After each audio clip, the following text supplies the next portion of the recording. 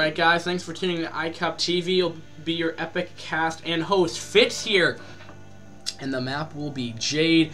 And it is May 8th, 2012. And you guys are tuning into iCup Clan League Week 1 between Black Dragons and the Reps Russian Fun Pro Gaming Team.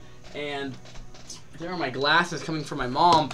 But regardless, Hexa has left the game. But for whatever reason, we're gonna go continue on with this cast, and it'll be series number 5 between Flash and Negro. And spawning in the top left, it will be the purple Protoss. Flash has race changed, oddly enough, and in the top left, it will be the yellow Terran. NegroPlay. So both players have actually switched their races, which I was not predicting. But this is gonna have to be slightly interesting now. This has turned to a PvZ. Wacky stuff, and I guess that's what they do. Flash, if you want the overall statistics of both these players, Flash is Korean. He's placed in season 22. He's currently a C-rank player compared to in the current season, which is the current season is season 22. And NegroPlay is Russian. He's been placed in season 20. He's C- right now, and he's right now at 27 and 18. So, and map the Jade has a reverse ramp, as you can see here, which will a lot of the time you'll see expands normally, but you'll see a lot of the tech buildings being placed up on the high ground, like what we're seeing right here coming out of Negro right here. Because yeah, Negro didn't race change. I'm sorry, that was my fault. He did not race change, but I thought I saw a ZBZ last game, but no. I just quickly short-term memory loss there for sure. But like I was saying, that you're going to be seeing this kind of wall-off area, or at least tight quarters, so it's going to be hard to break in. And we will be seeing standard Cybercore.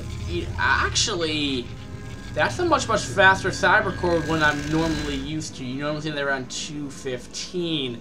That's around 150 actually. So a little faster Cybercore. Oh, you know what it might be? It might just because I look at the timing of the 215. So maybe 150 is like the timing you put down the Cybercore, but he is getting an earlier, if not standard, timing of Cybercore, as he went Cybercore before his Zealot production, which is why. If you get a Zealot, it normally comes up around 3 minutes most of the time, but as we are seeing the Zealot coming out now. So it looks like, from this initial Zealot, to me, it just hints towards some kind of aggression coming out. Because otherwise, the Zealot really isn't going to do too much. I mean, most of the time, Terran's going to go mech. And, I mean, not to say that Zealots aren't, like, super really good. But you wouldn't get this Zealot out.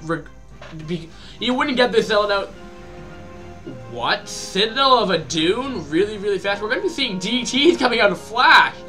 Oh my goodness, this guy loves the cheese. We saw 9 pull, now we're seeing DT rush.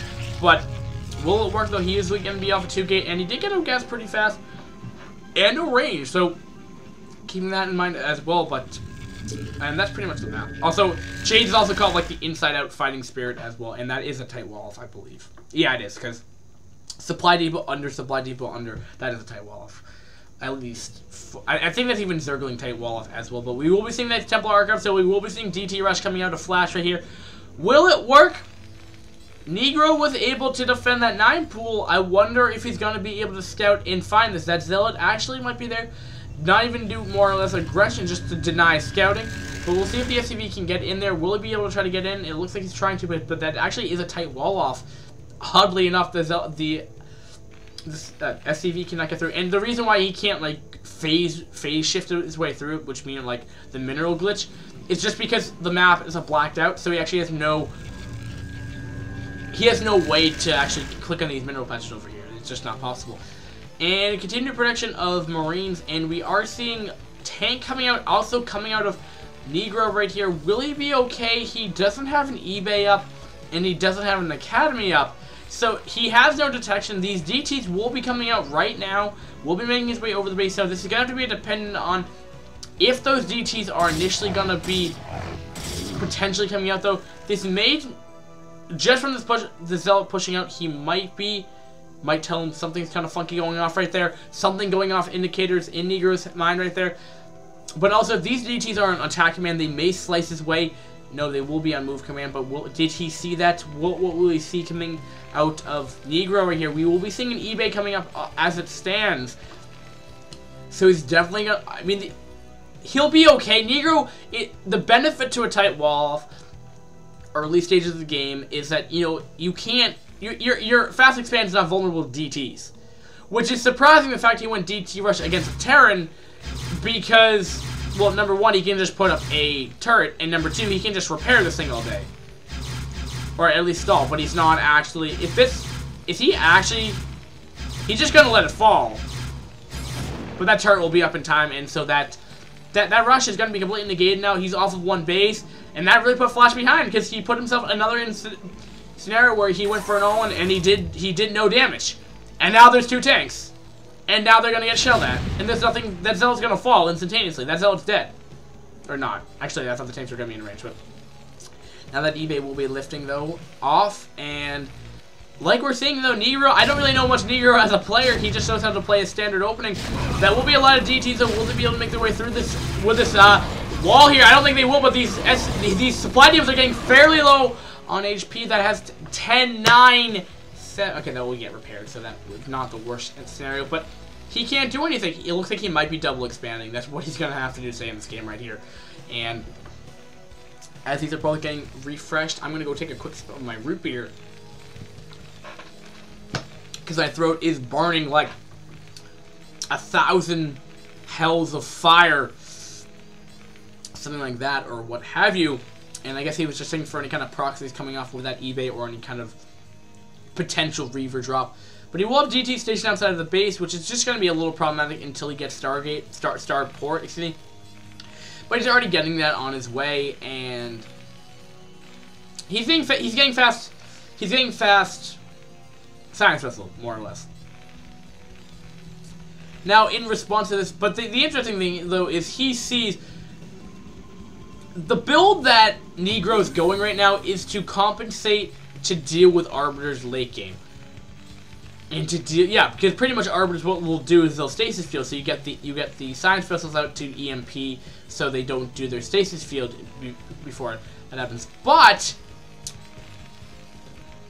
this, I don't really, I mean, he's gonna need detection, but he's still going that what standard PVZ, what TVP excuse me, would look like, which would be science vessel and mech. But he's not gonna have standard. He's going Zealot. He's going Zealot DT. He's going Mass Zealot. Finally producing his first Dragoon without range, though. So, and speed has just finished for his Zealots right here, and we did see speed coming out of Negro for his Vultures as well.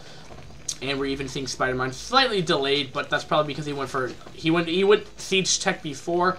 And this is one of the very few times where Siege Tech actually was more beneficial to go in this scenario. Standard PvT doesn't normally call for that. You normally get Spider-Man just so you can help out defend your base, but that is also dependent on that as well. But he will be pushing out here slowly but surely, but will that missile turret be in range, though? It will be in range for those DTs to snipe it off. At the same time, we'll be getting up a second factory here. He will have a dropship, though. Oh, and this might do some catastrophic damage. Will he be in position for it? He does have a couple Dragoons here. If he gets behind this mineral line here, it might be very difficult, as there's only 2 Dragoons here. And keep in mind that speed is completed here, but he will instantly remove those probes out there. But dropships do take a lot of damage from Dragoons right there, and we'll just be dropping off 1 Vulture there just to deal with these pesky Dragoons here. Will those connect, though? I believe if Spider-Man does get hit off, though, it might even do catastrophic damage to that mineral line at the same time. But he will be dropping in the main here. Will be able to do enough damage. The Zealots are in there in response to that, but he can't move the Dragoons out, because if that happens, all of these probes are dead. So he's in a very tight position here, and he's going to be pushing out with his other 3 Vultures. So he didn't really do too much.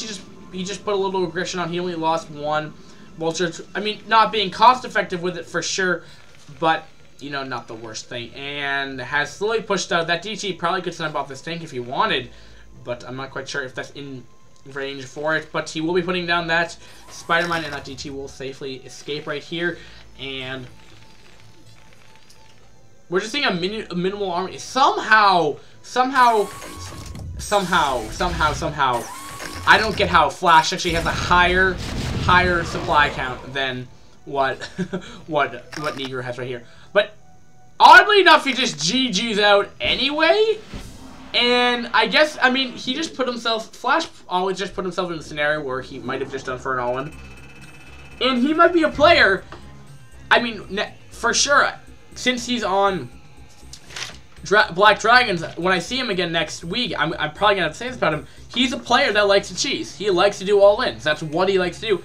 And he might be a player where his, mechanics might not even be that sound, yet he's a C player. There's different levels of StarCraft players in general, not only based on rank, but, how overall your mechanics are. You can, for example, I mean, this is also StarCraft 2, but the same can be applied to Brood War Ladder. If someone 6 pools, 4 pools every game and knows how to win with it, they can get up to pretty high level doing that. And not to say that a lot of players do that. I mean, a significant amount of players like to go this a one kind of style that they like to do, not being kind of hybrid with it, which makes them more predictable, yet but they're stronger in that one field. So you have these players that are very, very strong in one particular build, and then you see sometimes, higher ranked players, which are the really good players, that can do multiple things. They don't have to always go for an all-in. They can go for a macro style. For me, if I was just to rate my player, I would be a player that would specialize in one build, because my late game is absolutely terrible. So what I like to do is I like to go for 8 racks, which it never works, but because it's just not a mainstream build or anything, but I'll go for a fast expand and try to go pump out 8 barracks and then just go a move against a Protoss, but that doesn't work. The fact of the matter is that he is a player that likes to do that, and it was hurting him, because Negro just dealt with it just perfectly. He got out his eBay in time. I'm not quite sure if he was just game sense or he got the eBay out just because he wanted it. But he got it out, he got the turret up, he did the correct thing by tight walling off, and the DTs couldn't do any kind of damage. And he went for a Vulture drop, but that didn't do too much, but we would have just seen...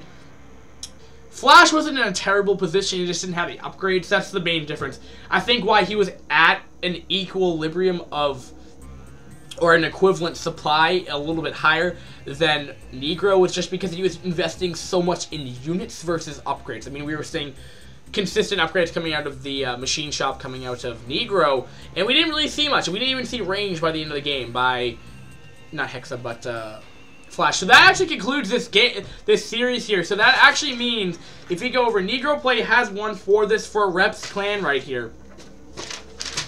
And that means we saw Reps win the 2v2. We saw Black Dragons win Topaz versus Zergid, so that's 1-1. We saw Black Dragons win the Crotch versus Fofo series. We saw Blade was able to win... BD Blade was able to win against that series. And then we saw NegroPlay win this. So Black Dragons actually won their series, of what I understand of it. Yeah. I believe they won. I believe Black Dragons has won their series. So, if you guys are just wondering what that means, you don't need to watch the rest of this video. But what that means is, I finally talked to iCup Terror, or just Terror is what I'm going to call him, because adding the iCup is just kind of silly, but the way the scoring works, I was speculating on it before, but I actually know how it works. So for each series, you get 1 point, and the winning team gets plus 1 more point. So, we see 3 points coming out of Black Dragons.